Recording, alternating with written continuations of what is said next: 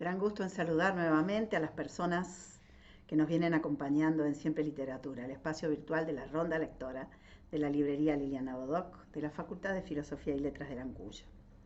La novena entrega, la pasada, final misterioso de Moderato Cantabile de Marguerite Duras, en una propuesta que ha dado en llamarse las clásicas del siglo XX, con las preguntas que se hiciera la investigadora argentina Josefina Ludmer. Moderato Cantabile, podemos decir que relataba la imposibilidad de una mujer de soportar la vida plana, ¿no? La vida tediosa, sin sobresaltos, ¿no? Con monotonía, esa vida que Anne de Baret ve interpelada, ve sacudida, afortunadamente en una paradoja, cuando escucha el grito de aquella mujer asesinada. Allí comienza este moderado y cantable, ¿no? Una vida donde todo discurre, ¿no? Moderado y cantante, con ese trasfondo, fondo de los ejercicios de Diabelli para estudiar el piano. Tanto hemos dicho, aún estamos sacudidas.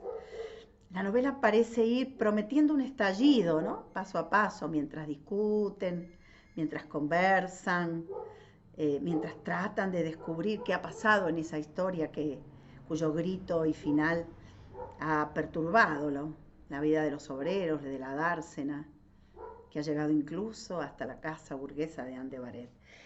Sin embargo, no ha habido estallido, ¿no?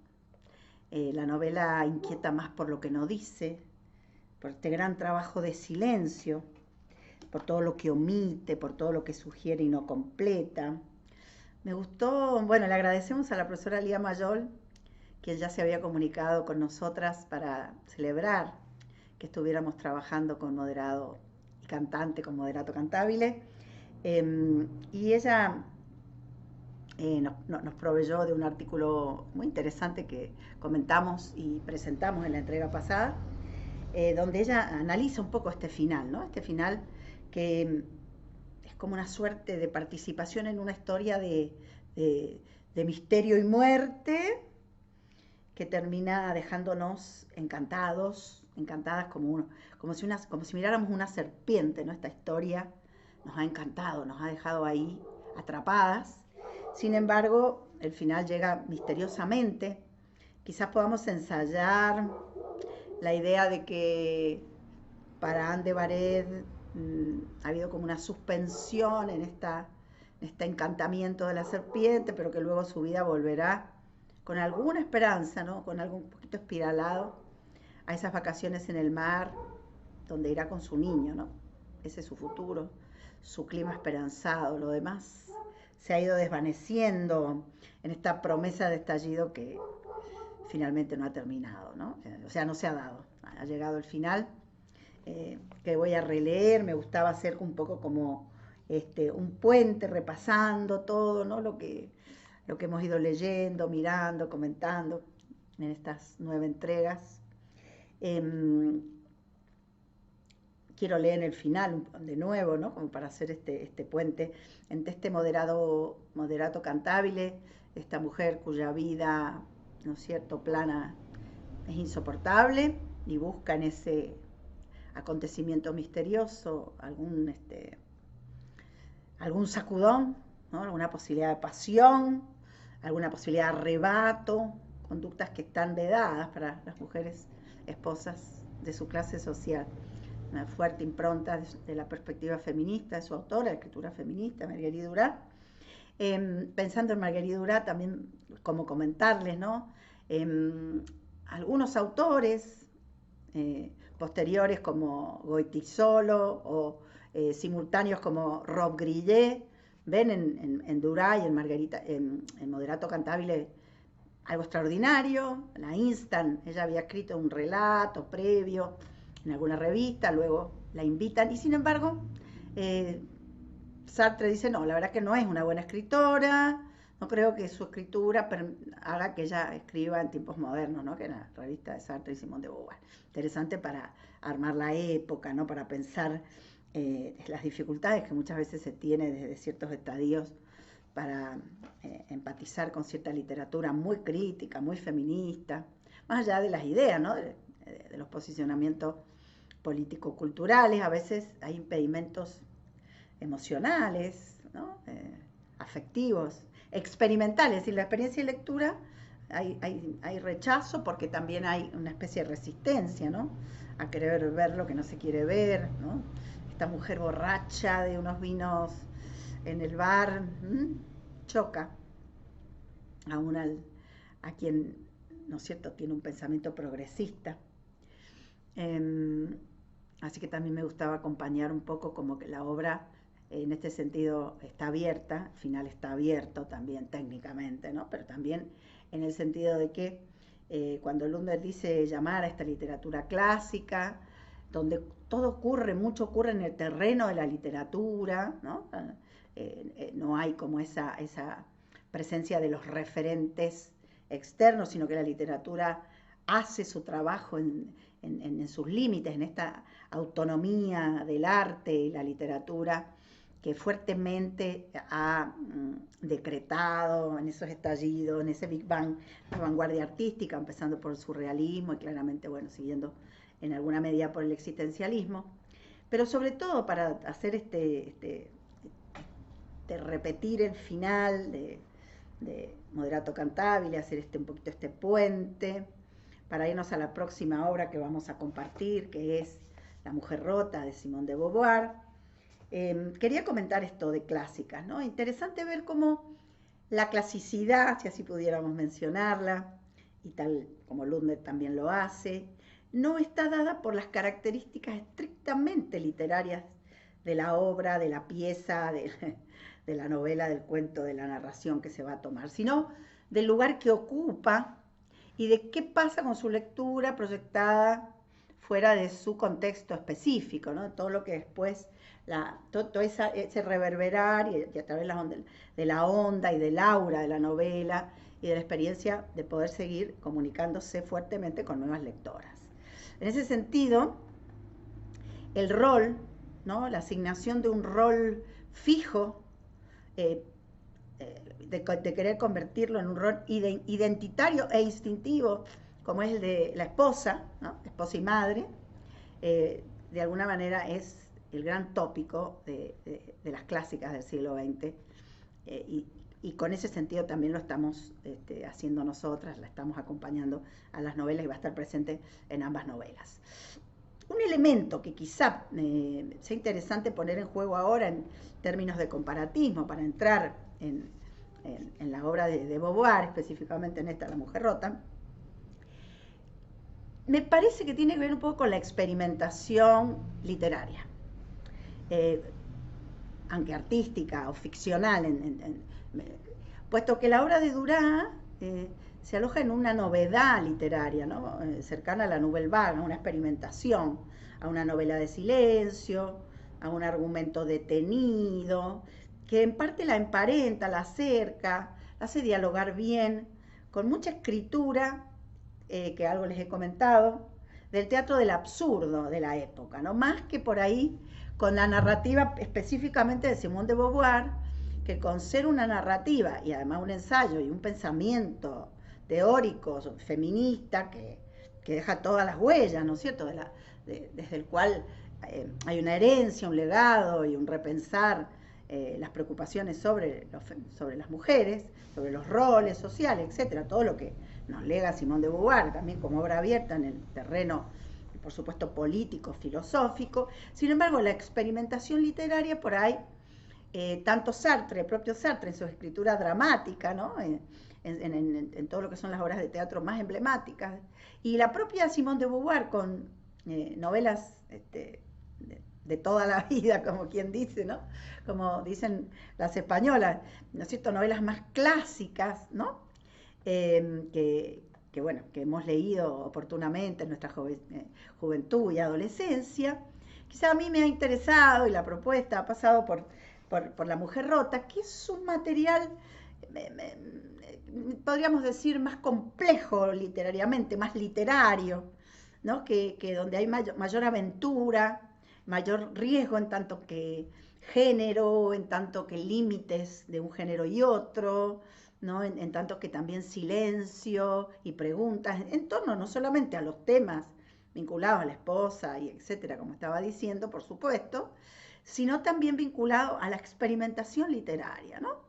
Memorias de una joven formal, ¿no es cierto? Teníamos una Beauvoir que era autobiográfica, en este sentido el yo feminista claramente estaba en clave de descubrimiento, de pasaje, por mencionar. Y aquí en la Mujer Rota, asimismo, ¿no? En este diálogo que queremos establecer entre Durá y Moderato Cantabile, también la Mujer Rota tiene 3 narraciones, que algunos llaman cuento, pero en el medio es un monólogo. Entonces, las versiones que van a encontrar por ahí en el mismo YouTube de ese monólogo que forma parte de La Mujer Rota son bastante teatrales. Y ella ahí dialoga mejor quizá con críticas a la sociedad conyugal más potentes, como pueden ser la de Harold Pinter, ¿verdad? O las del propio Ionesco en torno de la literatura francófona. Entonces, bueno, armar una dinámica acá de preguntas, ¿no? En torno a estas clásicas. Como digo, la idea de clásico más está no en la forma literaria, sino en este lugar. Y ahí también se produce este lugar que le damos las lectoras, quería decir, y ahí también se produce un asunto que vamos a discurrir, que vamos a mencionar, que tiene que ver con, por ahí, lo clásico o lo tradicional, y por ahí cierta tendencia a mencionar clásico con cierto universalismo, otrora muy poderoso, justamente en ciertos momentos del siglo XX, cuando digamos, el pensamiento y la literatura europea establecen este diálogo con la literatura, ¿no es cierto?, latinoamericana, y se produce como la consolidación de ese universalismo vinculado a Europa y a América Latina, así este diálogo obediente que las formas americanas toman en relación con las herencias europeas, fundamentalmente francesa, italiana, claro está inglesa, y después de la literatura de los Estados Unidos, ¿no? También está todo ese asunto. Así que quizá vamos a un poco cuestionar la idea de universalismo, porque el universalismo no existe. Digamos, en el universalismo un recorte interesado que tuvo un momento de la historia, y por supuesto la historia política, pero sobre todo la historia cultural y específicamente la historia literaria, pero que sin embargo es una tentación, siempre, ay, que esto es universal, y nosotros quizás estamos trabajando, proponiendo justamente esto que no se puede universalizar, que son estas experiencias cartográficas, muy ceñidas a los acontecimientos, las voces, las narrativas, los modos que tienen que ver, ¿no es cierto?, con lo epocal, por supuesto, y a la vez nuestra aceptación, nuestra conciencia, de tanto que lectoras del siglo XXI, contemporáneas, postmodernas, como queramos saber, también la idea de mundo global se opone a aquella idea de mundo universal, construido desde ese sesgo, pero el sesgo era bastante invisibilizado, poco dicho, y parecía que lo universal era universal, en tanto que algo, una especie de construcción perfecta, que tenía los mejores, los mayores valores, y que esos valores eran siempre y para, no, estables, y para todas las personas, lo cual por supuesto no fue así. Sin embargo, mucho de la academia, tanto la academia argentina, ha hablado de este universalismo, y por ahí nos tentamos y decimos, esto es universal, y sobreentendemos para todos, en todos los lugares. Y bueno, acá universal se opone a global, sin embargo, porque la particularidad de esa globalización en el yo subjetivo, en la autobiografía, asume esas coincidencias, esas correspondencias entre voces más allá, ¿no es cierto?, también de, por supuesto, las nacionalidades o las literaturas nacionales. Así que un montón de detalles, ¿no es cierto?, de formas de abordar, de perspectiva, de lectura, y finalmente lo único que realmente sucede, nos importa, y es lo que estamos profundamente interesadas, las personas que hacemos siempre literatura, que es la experiencia lectora a través de la voz, ¿no?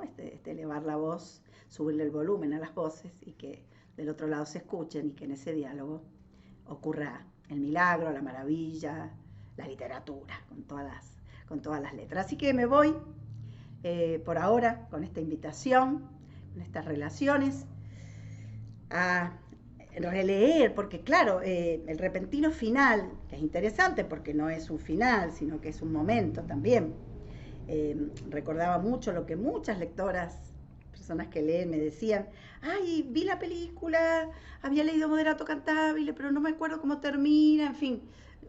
Y bueno, interesante también que la marca había quedado, que no termina, ¿no? Que hay como una suerte de paso de este momento, de este cuchicheo, y ahí me quedo con lo que, por eso decía esto que nos había aportado Lía Mayol en torno a ese final, decir que este diálogo era una especie de cuchicheo, de voz soterrada, de lo que no se dice, de lo que se oculta, lo que mueve las cosas del lugar, y bueno, y luego volver cada uno a su sitio, ¿no? Con esta experiencia más subjetiva que objetiva, porque en el mundo real de las cosas, ¿no? Todo vuelve a su lugar, si se quiere, ¿no? La novela tiene un desenlace sonoro, claramente, como es su título, y la experiencia principal, más allá de todas las que nosotros también hemos atravesado, vinculadas al delito, etc. Y el final que leíamos en la novena entrega, en la entrega pasada, decía: Anne de Baret rodeó la silla de modo que indicaba que no volvería a sentarse, después de un paso atrás y volvió sobre sí misma. La mano de Chauvin agitó el aire y volvió a caer sobre la mesa, pero ella, ya alejándose, no lo vio. Ella volvió a encontrarse frente al poniente, habiendo cruzado el grupo de hombres que estaban en el mostrador, en la luz roja que señalaba el término de ese día, ¿no? La luz roja del trabajo de la dársena, de la fábrica, ¿no? El símbolo de la producción, el símbolo de la modernidad, del progreso. Después de su partida, la dueña aumentó el volumen de la radio. Algunos hombres se quejaron de que ésta estaba demasiado fuerte para su gusto. Sube la radio, ¿no? Se escucha, ustedes pónganse un Diabelli de fondo y hacer ese pasaje, ¿no? A ese mundo de los medios que está, esa voz que aparece en la radio, luego de la voz, el susurro de Chauvin y Anne de Baret, y el intento, ¿no? de ejecución perfecta de piano en las enseñanzas de Madame Giraud a el pequeño mientras le enseña los ejercicios de Diabelli. Charán, final para una novela que queda latente, a la que siempre volveremos, que nos supo emocionar en algún momento de la historia, que nos quedó a veces enigmática en otro momento de la historia como lectoras, y que hoy reponemos en esta experiencia de Siempre Literatura. Asimismo, tenemos aquí a Simone de Beauvoir, La mujer rota. Como solemos hacer, me gusta empezar por esa contratapa que da algunas pistas. La mujer rota es la víctima estupefacta de la vida que ella misma eligió. Una dependencia conyugal que la deja despojada de todo y de su ser mismo cuando el amor le es rehusado. Voy a ir leyendo la contratapa de a poco también, porque como la pieza, el material, porque acá dice la novela, los cuentos, también empieza esta dubitación, preciosa dubitación sobre el género literario. Tiene 3 momentos, 3 relatos, si nos quedáramos con esa versión bien narrativa, ¿no es cierto? Que bueno, es el que queremos un poco transitar, llenas de preguntas. La edad de la discreción, que es el primer relato, que cuenta un poco el final de la vejez, ¿no? Empieza por el final, por ese momento final, por la desilusión, un clima súper nostálgico del pasado.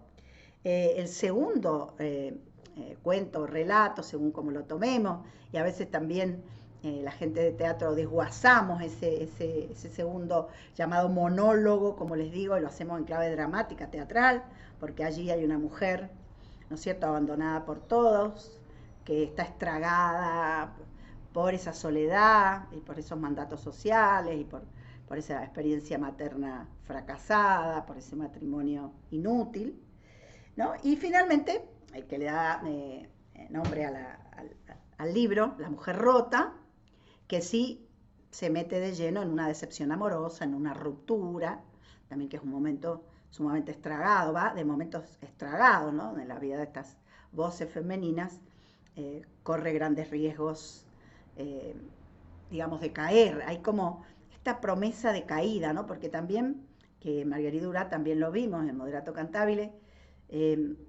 hay todo el tiempo como una sensación, como una promesa de que algo se va a caer, que el ser desbaratada es la única posibilidad de una vida real, de una vida vivida, ¿no? Porque la vida se transforma en este sentido existencialmente, ¿no? En términos de filosofía existencial, en esta sucesión de decisiones que son el ejercicio de la libertad y la constatación, ¿no? Del bien, de lo bueno y de lo malo, no como una ética, sino como un prueba-error, donde la mirada de los otros, que es nuestro infierno, pero a la vez que es la medida de nuestra vida, porque si no, estaríamos extrañadas de nosotras mismas. Es decir, la posibilidad de que el otro nos mire, la otra nos mire, es la única forma que tenemos de pertenecer a la sociedad, ¿no? En ese sentido, podríamos decir que la mujer rota cumple o habita todas estas visiones filosóficas, tanto desde el punto de vista del existencialismo como desde el punto de vista del feminismo, dada su autora y bueno, por ahí toda la información y las ideas que tengamos.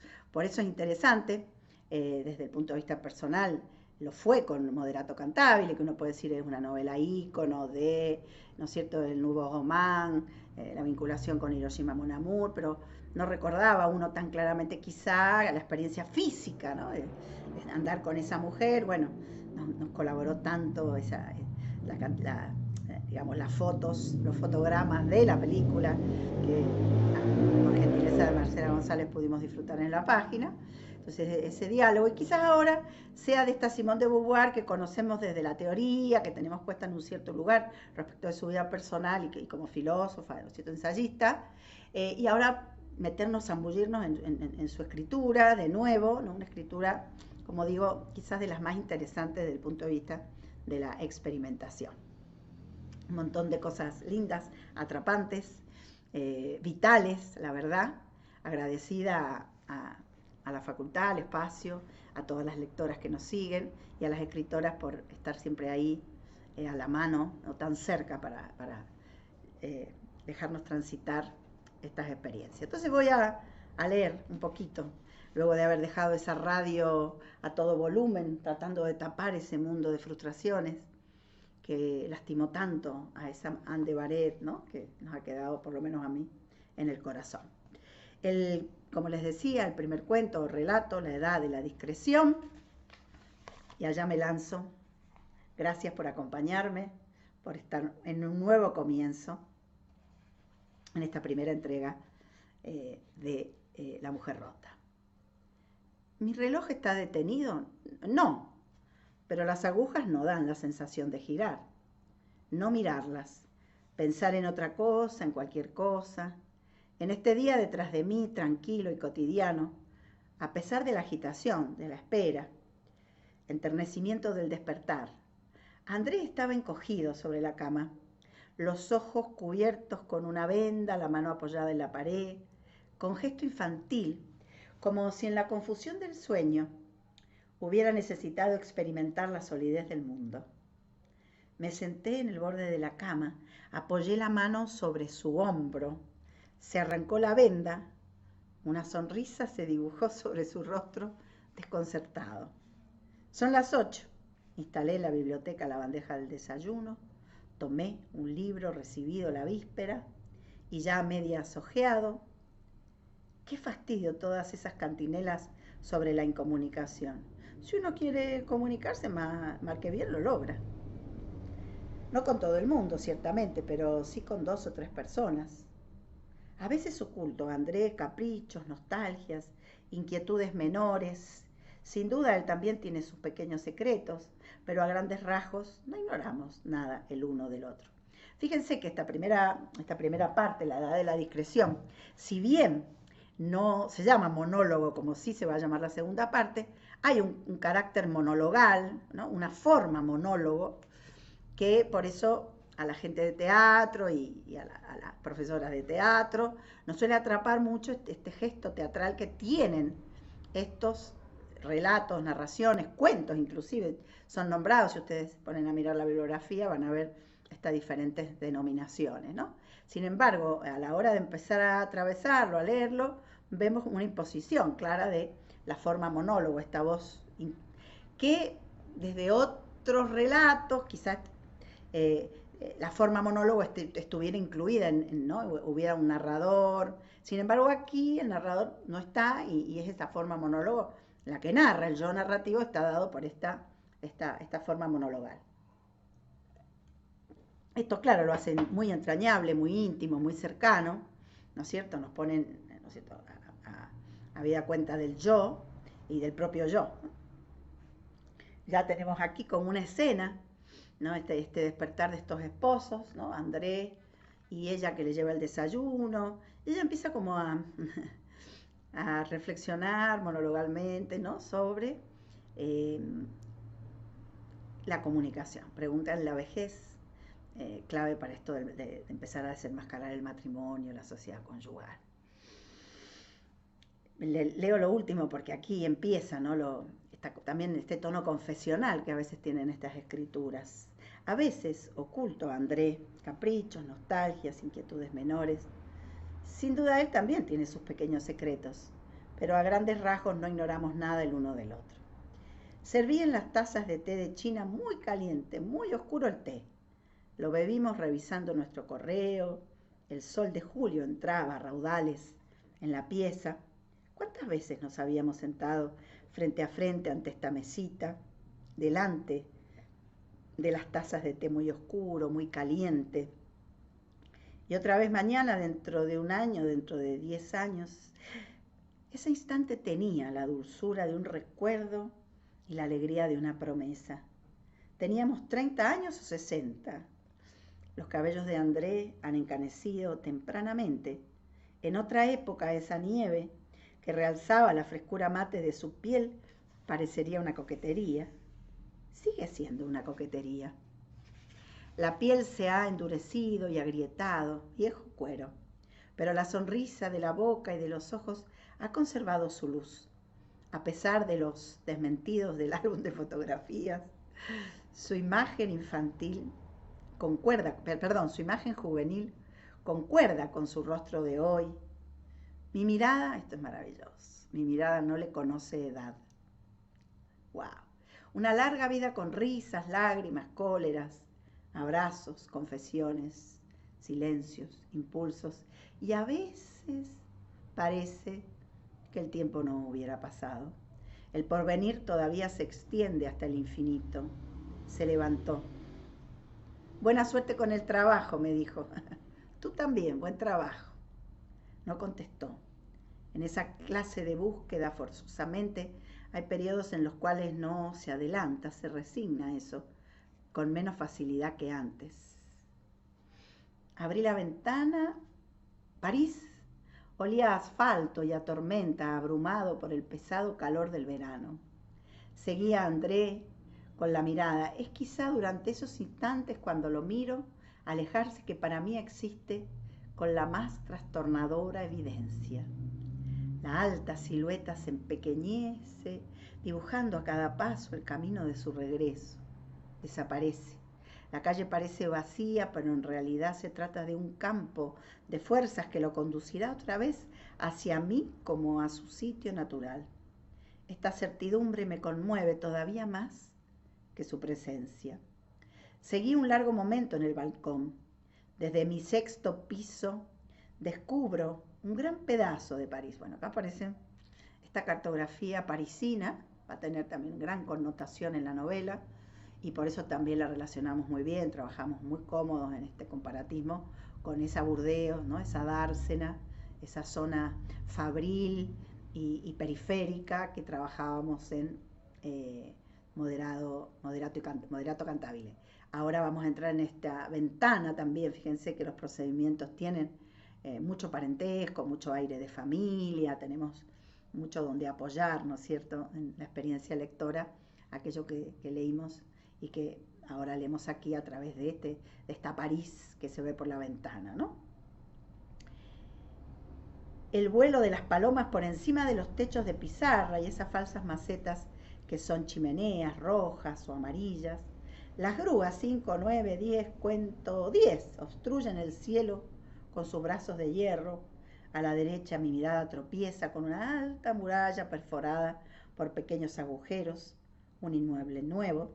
Descubro también torres prismáticas, rascacielos, recientemente edificados. Miren todo lo que aparece en la ventana, ¿no? ¿Desde cuándo el terraplén del Boulevard Edgar Quinet se transformó en un parking? ¿No? Ella puede medir el tiempo que ha ocurrido, no tanto por las canas de André, porque sus ojos lo ven siempre joven, ¿no? Entonces ella es como que para poder medir, poder calibrar, poder, ¿no es cierto?, el tiempo transcurrido, el paso del tiempo, un gran tema, ¿no?, sobre todo de estos periodos del siglo XX, ese paso del tiempo, esa angustia por el paso del tiempo.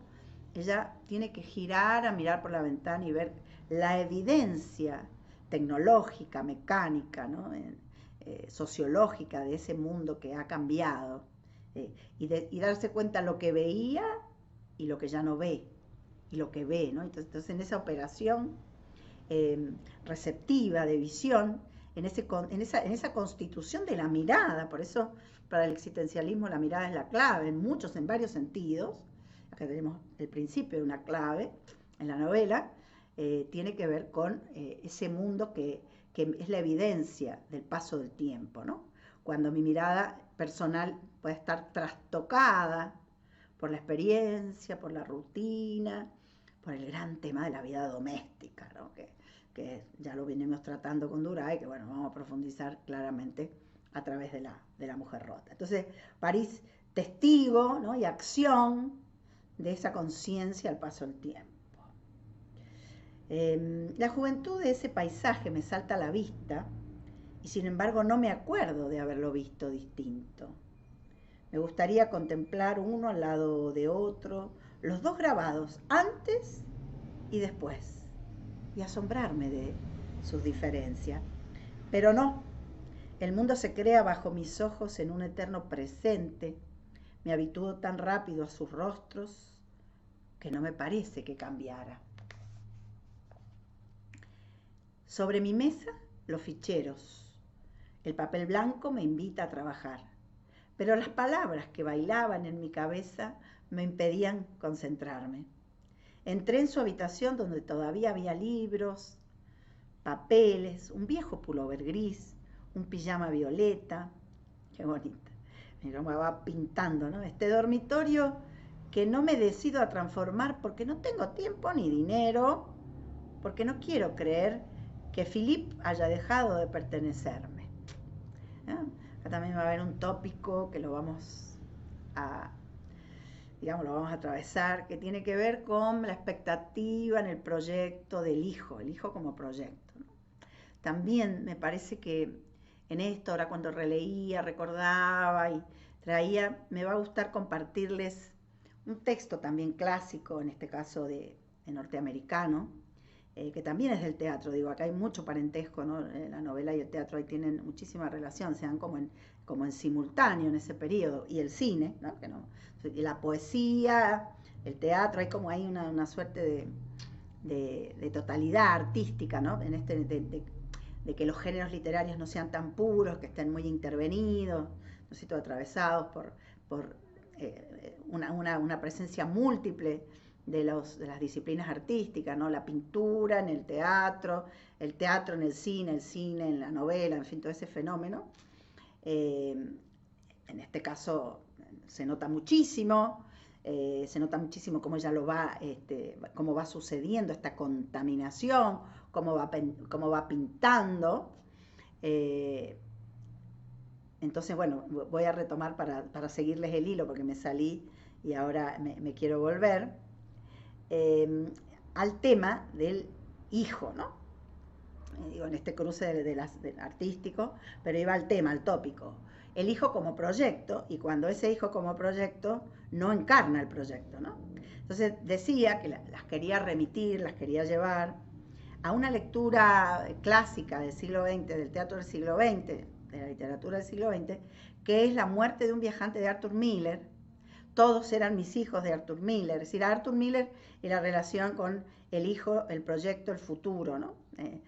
Arthur Miller es un escritor que, ¿no es cierto?, hacia la década del 50, del 60 también, un representante del norte americano, ¿no es cierto?, toda esa cuestión, muestra ya, ¿no?, a pesar de que el sueño americano se está construyendo, muestra ya la evidencia del fracaso del sueño americano en los seres marginales que el sistema los deja fuera de ese sueño americano, ¿no? Entonces ahí aparecen varios los personajes de Arthur Miller en esas obras, y fundamentalmente los hijos del viajante, ¿no?, Happy y Biff, que son la evidencia del fracaso del proyecto. Y con esto hay una insinuación del proyecto social, del proyecto político, proyecto nacional, proyecto de país, etc. Bueno, van a ver que acá, empezando por este primer, ¿no es cierto?, la edad de la discreción, esa edad adulta donde uno debe guardar las formas, debe tener todo resuelto, todo hecho, y se debe estar realizando en los hijos. Aparece este hijo, acá aparece Philip, y aparece también la frustración de que ese hijo de ninguna manera está encarnando el proyecto. Entonces van a ver cómo lo pinta de entrada, llevamos una página y media, y ya aparece ella cuando mira el cuarto de Philip. Me sentía sorprendida de que este departamento jamás me haya parecido desierto, nada faltaba, mi mirada se deslizaba por los colores ácidos y tiernos de los almohadones diseminados sobre los divanes, las muñecas polacas, los bandoleros eslovacos, los gallos portugueses ocupaban modosamente sus sitios. Philip estará acá, está encomillado, ¿no?, como un pensamiento, algo que llega. Quedé desamparada, la tristeza uno puede llorarla, pero la impaciencia de la alegría no es fácil de conjurar. Fíjense que en esta frase, en esta clave, y aquí lo voy a dejar por hoy, diríamos que está la lectura que nosotros estamos haciendo y que a su vez ya la pusimos para Moderato Cantabile. La impaciencia de la alegría no es fácil de conjurar. Si estas vidas anodinas, planas, sin desbordes, sin ansiedad, ¿no?, sin pasión, hacen que la impaciencia por la alegría, es decir, esta impaciencia porque pase algo, esta expectativa por vivir en algo que sea intenso, eso es lo difícil de conjurar, porque en todo caso, dice, la tristeza se llora, si hubiera tristeza, pero bueno, son estas vidas atrapadas, estas vidas mecánicas, estas vidas de reproducción, sobre todo en la crítica feroz que hacen estas autoras al modelo de la sociedad conyugal y de la maternidad obligatoria como fenómeno de realización para las mujeres. Bueno, metidas en una nueva aventura, todavía emocionadas, emocionadísimas, insisto, por el cierre de Moderato Cantabile, que todavía sigue ahí, y el arranque de La mujer rota, un texto súper perturbador, archiliterario, en el sentido de que hay mucha experimentación y que a su vez estas voces de mujeres nos hablan al oído, muy de cerca.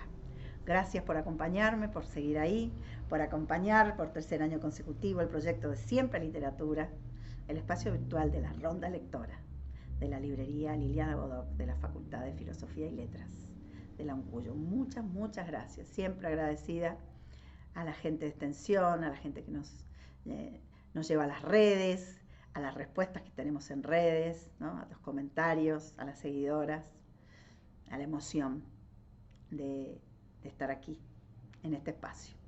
Chao, hasta la semana que viene.